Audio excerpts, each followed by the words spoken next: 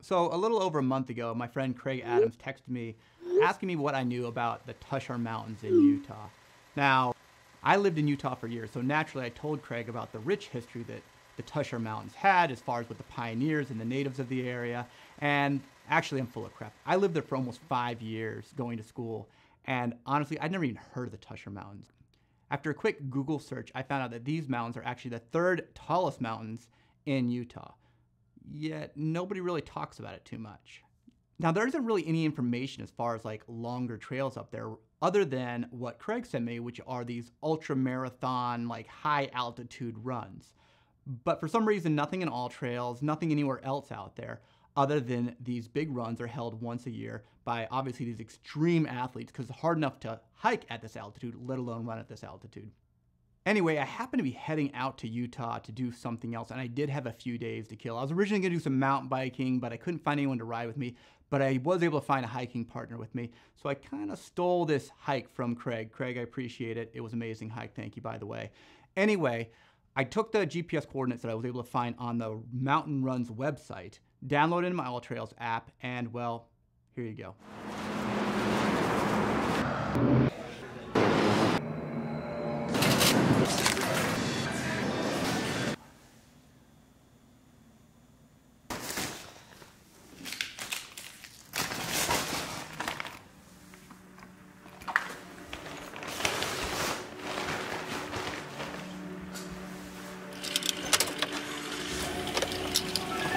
What's up, man?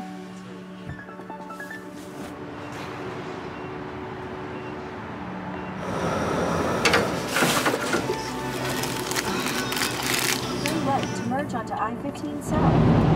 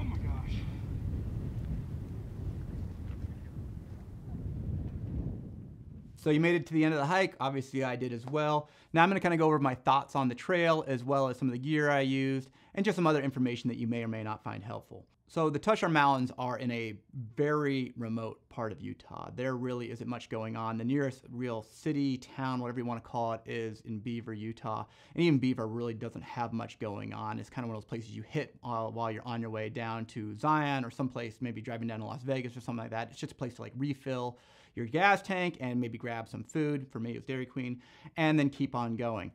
So I was a little bit leery about doing this hike on my own, so I reached out to a friend, Clay Boyer, who happens to be living in Utah at the time, and I had already done a hike with him previously, a short one, back in Mexico in January. Anyway, he happened to have free time on his schedule, was really excited about doing a hike, so he has quite a bit of experience, and it makes someone like me feel very comfortable, especially when we are going out to a fairly remote place, even though we have a GPS transponder. So, if we're really in a jam, I would be okay. I just like hiking with somebody else. When you see a view that's amazing, you have someone else who can gasp with you. And it just seems, I just have a better time. And then even sitting around the campfire at night, waking up in the morning, and just, jawboning, it makes the time go by quickly. There aren't really too many tips I can give you as far as help along the trail that you couldn't just see in the video.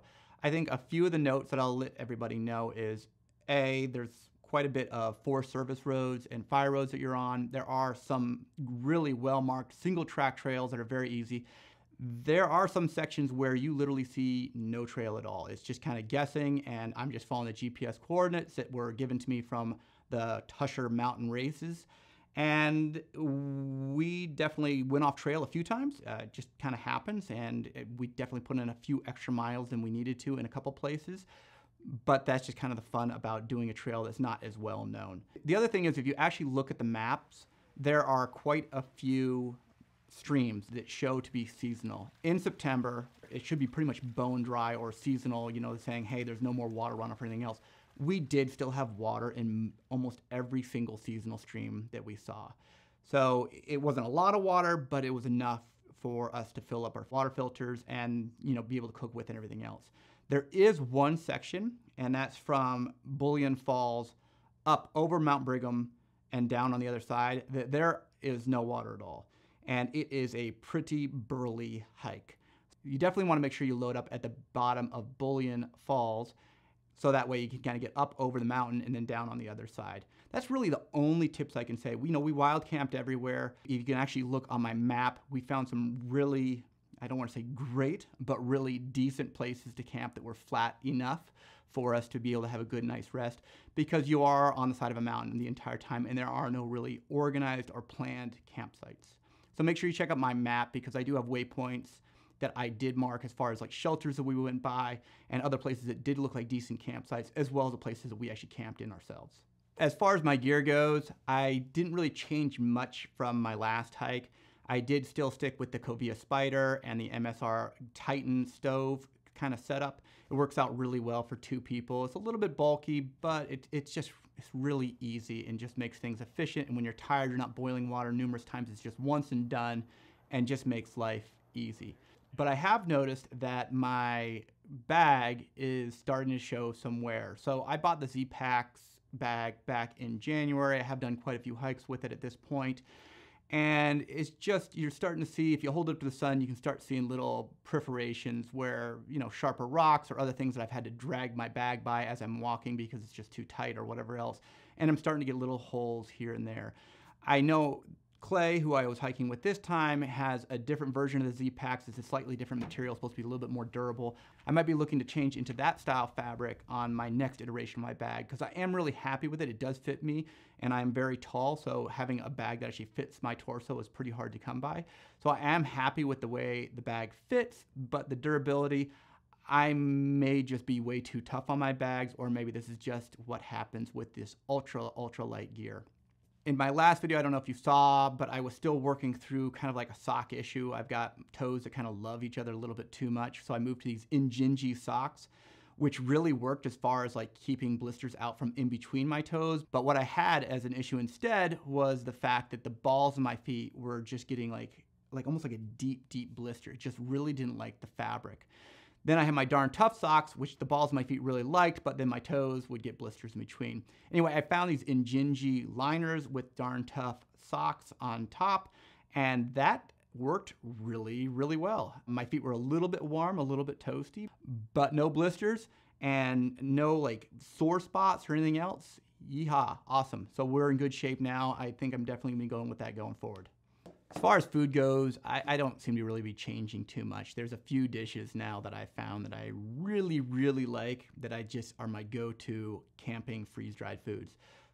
So the 3-cheese mac and cheese is really good. I do bring hot sauce with me because why not? And it's nice.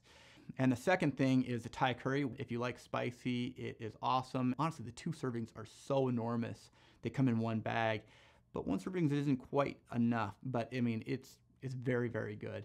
And the third thing is this pad thai, which also is just really, really enjoyable. I mean, it's pretty darn good food. I mean, not just good food for backpacking, it's actually good food. For snacks, Clay brought something along that is definitely gonna be my kit going forward, which was dried mangoes, which I have had before, are very good, but also dried strawberries, which was awesome. I mean, having that little bit of sweetness in there, I shouldn't even say a little bit, it was very sweet, but it was so, so good. Now the Cliff Shots, always in there. My almond butter, always in there. My beef jerky sticks, always in there. Those are always my go-to ones, and you just can't really go wrong with them. They're always good. They're packed with calories. They give you what your body needs. So if you did enjoy this video, don't forget to check out Craig's channel because he is really the original doing this kind of style hiking videos, which I find very meditative and just relaxing and very enjoyable. I also just enjoy making them because it kind of forces me to go out, do a little bit more, and be a little bit more thoughtful and seeing what's around me. Anyway, I hope you enjoyed this video. If you do, you know, I haven't really asked for this in the past, but if you do, like, subscribe, share, because, you know, I don't really know how many people are even watching this. I get a few clicks here and there. I just don't have enough subscribers to really know if I am sharing the kind of information you guys want or are interested in or not. Regardless, I'll probably end up still making videos like this. I just may not put as much information at the end of these videos because I don't know if you guys are getting anything out of these. Anyway, I hope you enjoyed this video. I hope it inspired you. And as always, get out there and just do more. Later.